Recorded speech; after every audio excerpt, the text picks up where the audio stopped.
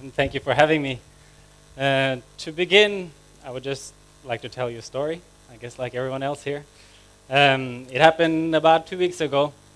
I was in a village close to where one of my homes are. I was there with one of my staff and two of my children.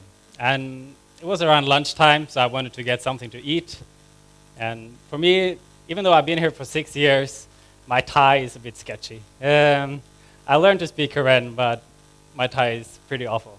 So anyway, we go into this restaurant.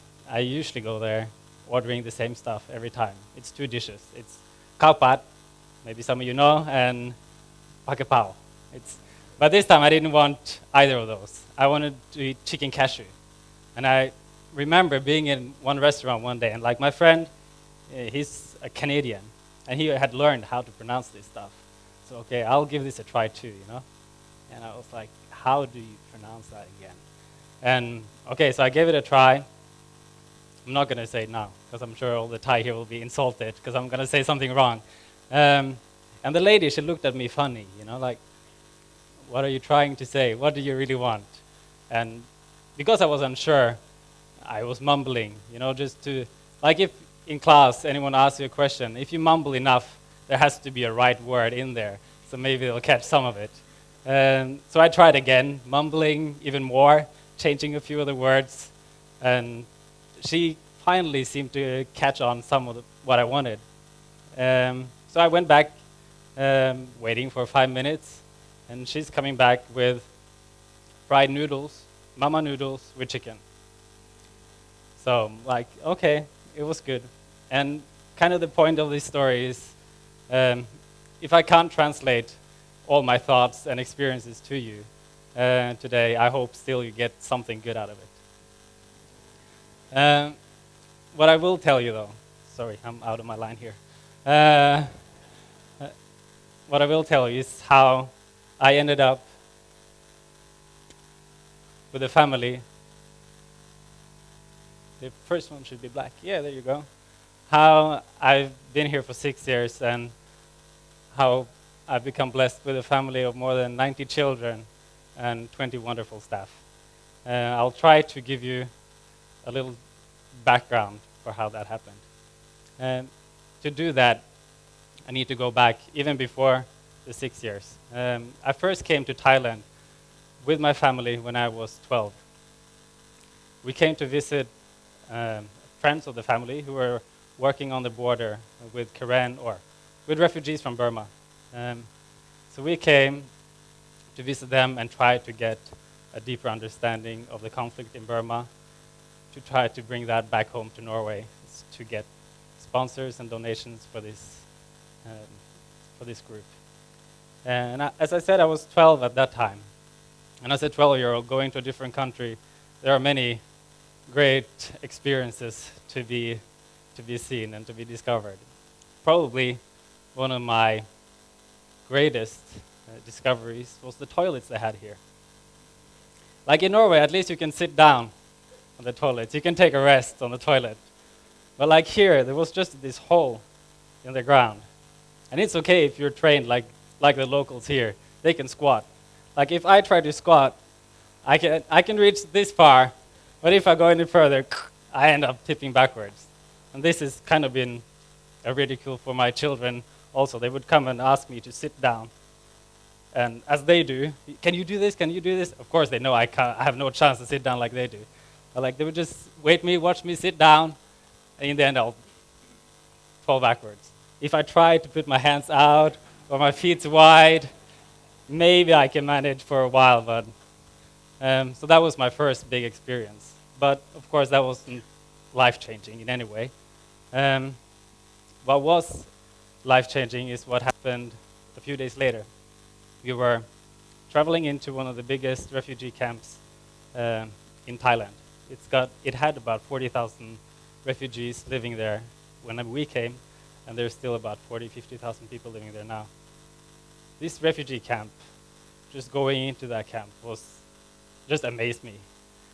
Here, I'm from a small town in Norway, 17,000 people in the whole area. Here we had 40,000 people scrambled together in an area.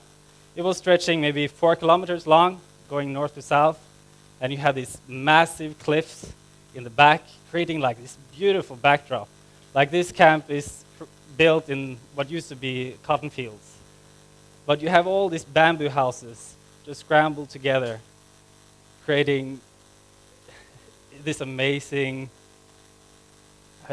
conflict between the beauty of nature and the horrors of war, the horrors that people can do to each other. Because this is a camp where people have experienced one of the most violent experiences that war creates. So coming into this camp, we were supposed to visit an orphanage. It had about 40 children living there on a daily basis, and they had another 20, 30 children coming and going. So we came there early December, and they had set up this performance for us, a Christmas celebration. The children performed like dancing, singing, all kind of ways. And after they had done that, me, my sister, and my brother, we were supposed to give out Christmas presents. And I think it was the first time that I had bought toothpaste and soap to give out for Christmas. Like, I would never do that for my friends back home. But to do that, and of course we added some candy to that too, otherwise they wouldn't need the toothpaste. But to see the smiles and the appreciation that the kids had receiving these gifts really changed my heart. So I think being in that camp put something in me that caused me to come back. So 8 years later, I came back. What is the next picture? Yes. I came back and worked with this guy. His name is Nerkley. I came to work at his Bible school as a teacher, both in English and also some Bible subjects. Just really to kind of rediscover the experiences that I had 8 years earlier. I wanted to have a year to travel and to see if really to find my place in the world. I didn't know what I wanted to study, so I thought, okay, if I give it a year here, surely I would know what to do with my life. Then I would go back to Norway, study, and try to live a normal life. That was my ambition. Nothing high, nothing super low, but something in the middle. But of course, that was not going to happen. Because 6 months into being working at here, I think I have a fancy thing here.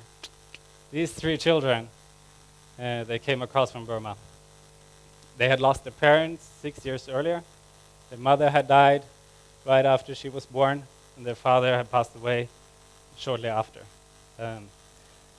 A retired Karen soldier, he had taken care of these kids for the last 4 or 5 years, and then now the Burmese military were moving forces closer and closer to the village, so they had to run away.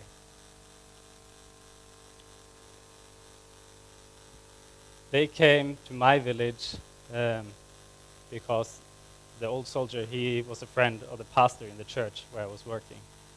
At that time, it was already January 2007, and I was about to go to Norway in June. But I was living with this couple, a couple I was working with at the Bible school, and we were asked if we could take in the kids. And like I said, I didn't really think much about that because it wasn't difficult for me to take them in, because I was living in 5 months, and to take care of a few children didn't take too much of a commitment from my side. So they became my first 3 children. But things, of course, didn't turn out the way I planned. Because you see, this girl also, she was the neighbor. And later I learned her story, that her parents had left her, and now she was living with her grandmother. The grandmother is a great lady, but just to hear how parents, through war and through poverty, are forced to leave their children, this made me realize that there was a deeper issue here that I hadn't seen. Sometimes I get focused just on where I am, just on my little work at the Bible school with these kids, that I couldn't see the children that were living in my same village, and I couldn't see their needs. But when I had these 3 children living with me, there was no way for me to look beyond that anymore. So I decided to give it 2 more years of my time to see if there was something that I could do. After, or before leaving Norway, we already had these 20 plus children living in our home. That was like, it happened all in 4 months without really any plan. We just, together with Nørkley, the guy I was working with at the Bible school, we checked out the village. We saw the villages around and what kids needed help. It all happened too quick sometimes.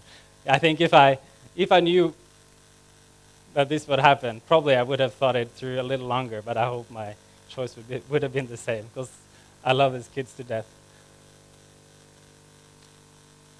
Then kind of what happens is these kids, they need a home. They couldn't just live in this place. Because my girls were living in this home, and the boys were living in a neighbor's home. So we started to ask an American couple if they could support building a new orphanage. So I sat down with Nørkley. We wrote a quick proposal asking for money for a new house. And later I told him, I think we need toilets. I think we need a kitchen. Yeah, of course we need that. How can you have 30 children living there without any stuff like that? So we wrote another letter, and the American couple graciously gave us everything that we needed.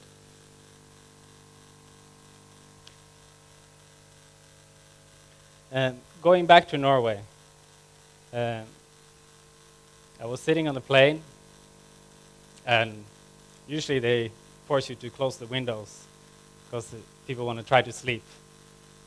But I couldn't sleep. I was going back, and I wanted to open the window because the sun was rising. So I opened the windows and I started to look towards east, and I couldn't stop thinking about these kids. And I was broken. A year earlier, I had no idea who these kids were. I had no idea of their needs. I had no idea. Sorry. And here I was. I couldn't close my eyes to these faces anymore. The children in need, that wasn't just a concept. That wasn't just something you heard about in the news. This situation these kids had a name. They had a smile. They had a cry. And I was, God, where can I be in this? How can you use me to reach and to help a situation like that? It seemed impossible for me to grasp.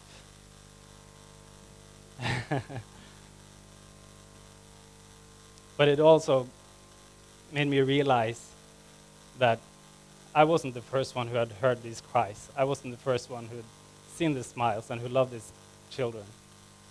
So as a believer, I could see that God had seen these children, that He had a plan for me to come to Thailand, to experience this.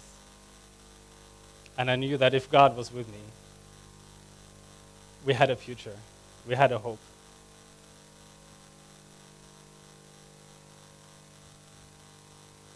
So coming back to Norway, just weeks before, I had already caught some funny bacteria.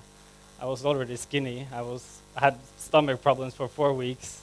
I think the look of me when my mother picked me up at the airport, I think kind of scared her. I didn't ask her for permission to come back. But I need to say, my family have been very supportive of me being here. So I'm forever grateful for my family. And that's also what I wanted to give to the children. The safety and the love that I experienced from my own family. It was what I wanted to give to these children. 2 months later, I came back to Thailand with a visa to stay here for another year. But my heart was lost here forever.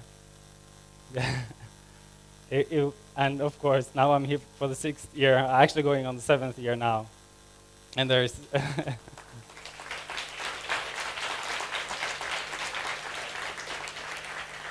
and it's not because I have done something great, but it's because something great has touched me. So I just want to close with a few words. I'll show you a few pictures first, and then I'll close. Oh. We opened the second home 2 years later. Some of my kids from the first home are here, so it's not as big as it looks like in the picture. And then this is the last picture we took together 2 weeks ago. We celebrated Christmas. To finish with some thoughts. Looking back on these 6 years, it's been a lot of good times. It's been a lot of difficult times. It's been times where I cried for the children, cried with the children, but most of it has been happy. Because these children, even though they have a loss, they still need your love. They don't need to think about what they don't have. You need to give them what they need. And for me, the greatest thing I see is when I can have fun with my kids, when I can laugh with my kids, when we can joke. That's what keeps me here. But looking back at all that, I am so thankful to God for the provision that He has been, for the grace that He has given us. I'll finish with our motto, because it's taken from a scripture in Psalms 27, I think. It says that even though my father and my mother has forsaken me, I will hold you close. And that's what we have felt. That's what my experience is. So thank you very much for your time.